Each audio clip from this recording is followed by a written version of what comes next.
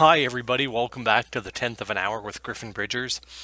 For today's episode 82, we're going to throw in some tidbits when it comes to gifts and valuations of corporate stock. This dovetails well into the current gifting environment, which may be a little less urgent given the apparent results of the election recently, but nonetheless, for those gifts that have been completed, especially if they included corporate stock, we're now in a period where corporate stock is going to have to be valued. So here are some things to keep in mind at a very surface level, some of which you may not even be aware of. Now, as always, this presentation is not intended to substitute for legal or tax advice.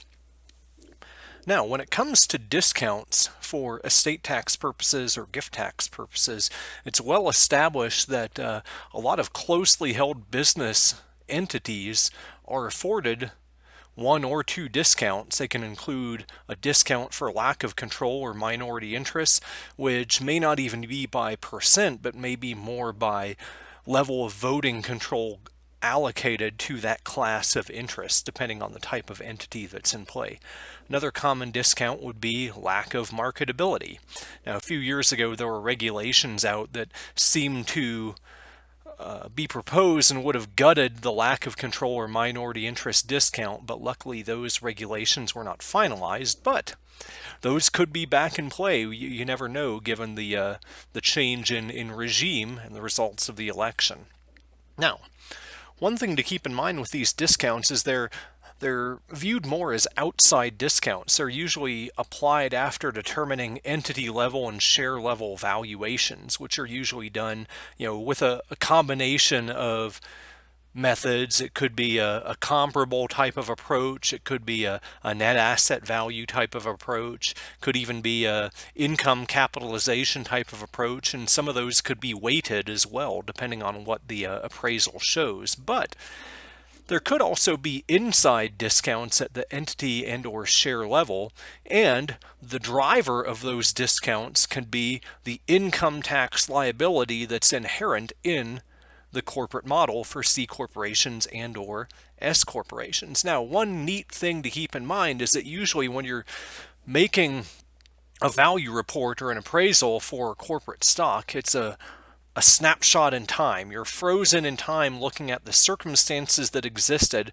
when the gift tax or estate tax applied. So because of that, the IRS generally does not allow the taxpayer to take into account the potential of future events that could affect the value of gift tax or estate tax or GST tax, unless it's inevitable that that future event is going to take place. That's not always the case, but there are some neat types of valuation discounts that a lot of people don't necessarily consider when it comes to C corporations or S corporations. Now, the first is the built-in gains tax that applies to any type of corporation, C or S, depending on the date of an S corporation conversion and some other factors. Now, where this starts, the origin of this comes from the fact that within C corporations there was a repeal in the mid-80s of what was known as the general utilities doctrine, and we won't get into that in depth, but the outcome of that repeal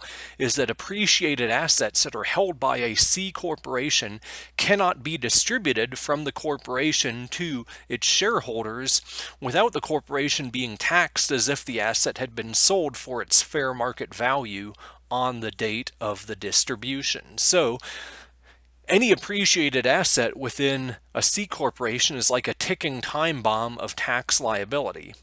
Now, interestingly enough, even though an S corporation is a pass-through entity, that built-in gains tax can also apply to an S corporation that was previously a C corporation and has converted. So any of the assets that were held by that corporation on the date of conversion, if sold within 5 years, will still have the built-in gains tax applied. Now, one neat valuation tip that a lot of people don't necessarily recognize is that there's a lot of cases out there that have recognized the potential for an internal discount at the entity level when it comes to the asset value of a C corporation or S corporation that takes into account that built-in gains tax. In some cases, it's applied dollar for dollar to give a straight ordinary income tax rate deduction for the appreciation, and in some cases it's not, but it's something to keep in mind, especially because S corporations could also have that built-in gains tax applicable as well. Now, if you're moving from the asset valuation to more of a stream of income type of valuation, one issue with pass-through entities like S corporations and other sorts of entities is that the equity owners of that entity are subject to income tax on their share of the entity's income. Now, up until the last couple of years, the IRS has declined to consider the potential owner-level income tax liability for these pass-throughs that I just mentioned when it comes to, income-based valuation. Especially when looking at marketability and whether a willing buyer would be willing to shoulder the burden of additional income tax on that new stream of income attributable to the business interest. Now, this concept in a sphere, colloquially is called tax affecting.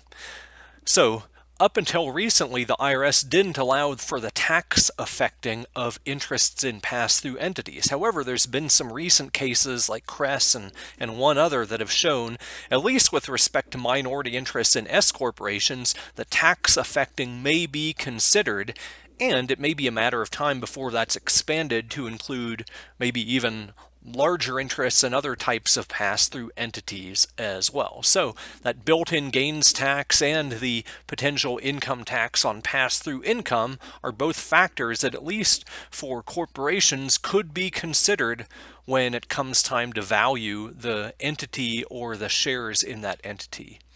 Now, there's a couple other tidbits I wanted to throw in that usually when you're looking at any sort of discount, especially with the built-in gains tax or, tax affecting, that kind of goes out the window when it comes to the ownership of marketable securities. Traditionally, putting securities into a corporation or a pass-through entity is a bad idea in general because the IRS looks unfavorably at ways to leverage entities to essentially achieve diversification of a portfolio through an entity without necessarily having to sell positions that are appreciated and take gains or losses that you might otherwise have to do.